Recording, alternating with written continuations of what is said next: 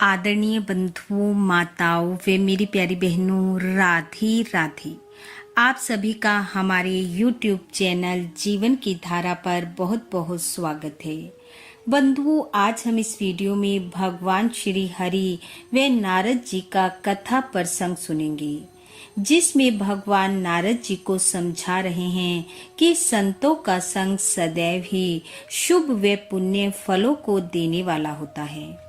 कथा सुनने के बाद यदि आप हमारे चैनल पर नए हैं तो कृपया हमारे चैनल को सब्सक्राइब करें, बेल आइकन को प्रेस करें ताकि हमारी वीडियो की नोटिफिकेशन सबसे पहले आप तक पहुंचे।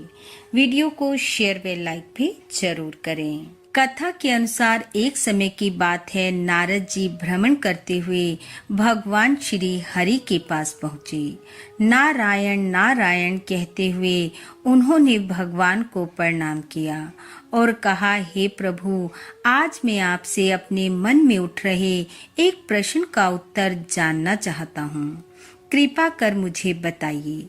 भगवान बोले, पूछो नारद जी, क्या पूछना चाहते हो। नारद जी ने कहा, प्रभु, मैं आपसे सत्संग की महिमा जानना चाहता हूँ कि संतों का संग कैसा होता है।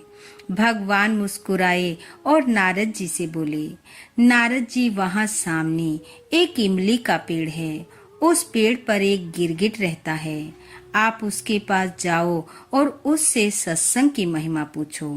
वह तुम्हारे प्रश्न का उत्तर अवश्य देगा।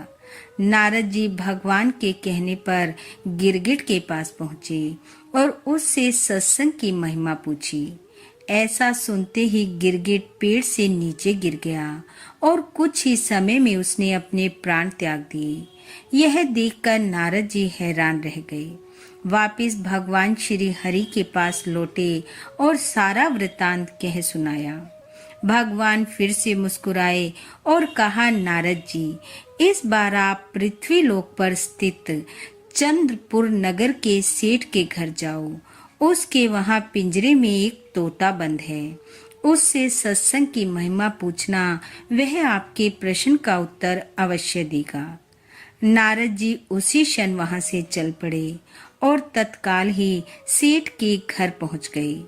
वहां पिंजरे में बंद तोते के पास जाकर उससे सत्संग की महिमा पूछने लगे। ऐसा सुनते ही कुछ समय बाद तोते की आंखें बंद हो गई और उसके प्राण पखेरु उड़ गए।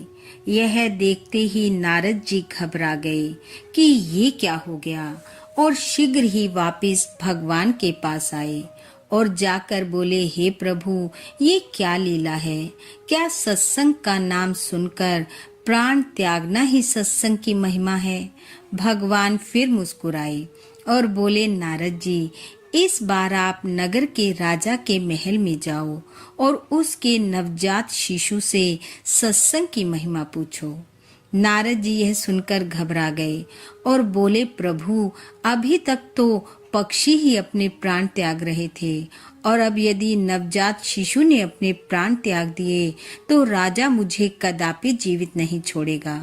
भगवान ने नारद जी को कहा, आप मेरे कहने से जाएं, निश्चित ही आपको सत्संग की महिमा समझ आ जाएगी। इस बार डरते डरते अपना मन पक्का कर नारद जी राजा के महल में पहुंचे।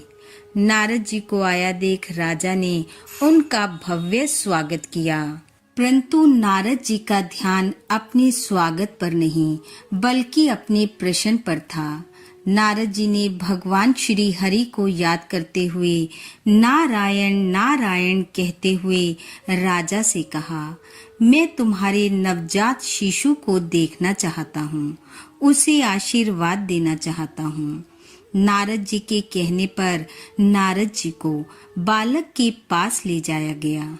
पालने में खेल रहे नवजात शिशु के पास पहुंचकर नारद जी ने भगवान का नाम लिया और बालक से सत्संग की महिमा के बारे में प्रश्न किया तो वह नवजात शिशु हंस पड़ा और बोला, हे देव ऋषि, जिस प्रकार चंदन को अपनी सुगंध और अमृत को अपने माधुर्य का पता नहीं होता, ऐसे ही आप अपनी महिमा नहीं जानते।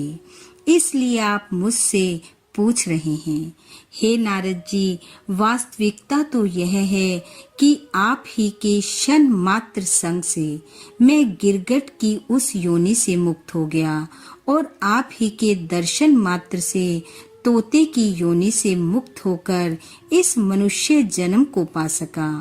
आपके सत्संग के कारण ही मैं कितनी योनियों से मुक्त होकर मानव की योनि में आया हूँ और मैंने केवल मानव का जीवन ही नहीं पाया है बल्कि राजपुत्र भी बना हूँ।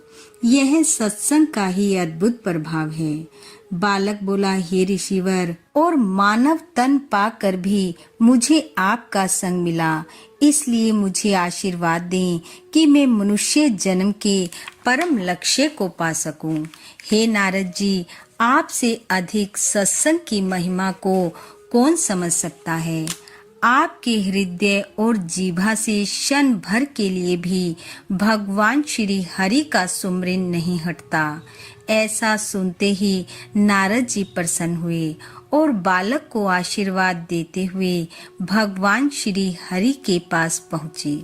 जाकर सारी बात बताई। भगवान ने कहा, नारद जी, सचमुच सत्संग की महिमा अपरंपार है। संत का सही गौरव या तो संत जानते हैं या उनके सच्चे प्रेमी भक्त। इसलिए मानव को जब भी अवसर मिले उसे सत्संग का लाभ जरूर लेना चाहिए। ना जाने किस संत का संग और उसके मुख से निकली वाणी जीवन को सफल कर दे। ऐसा कहकर भगवान मंद मंद मुस्कुराने लगे और नारद जी नारायण नारायण कहते हुए आगे बढ़ गए। बोलो भगवान श्री हरि की जय। बंधुओं, भगवान श्री हरि की कृपा आप व आपके परिवार पर सदैव बनी रहे। आपका घर आंगन खुशियों से महकता रहे। इन्हीं शुभकामनाओं के साथ आप सबका बहुत बहुत धन्यवाद। राधे राधे।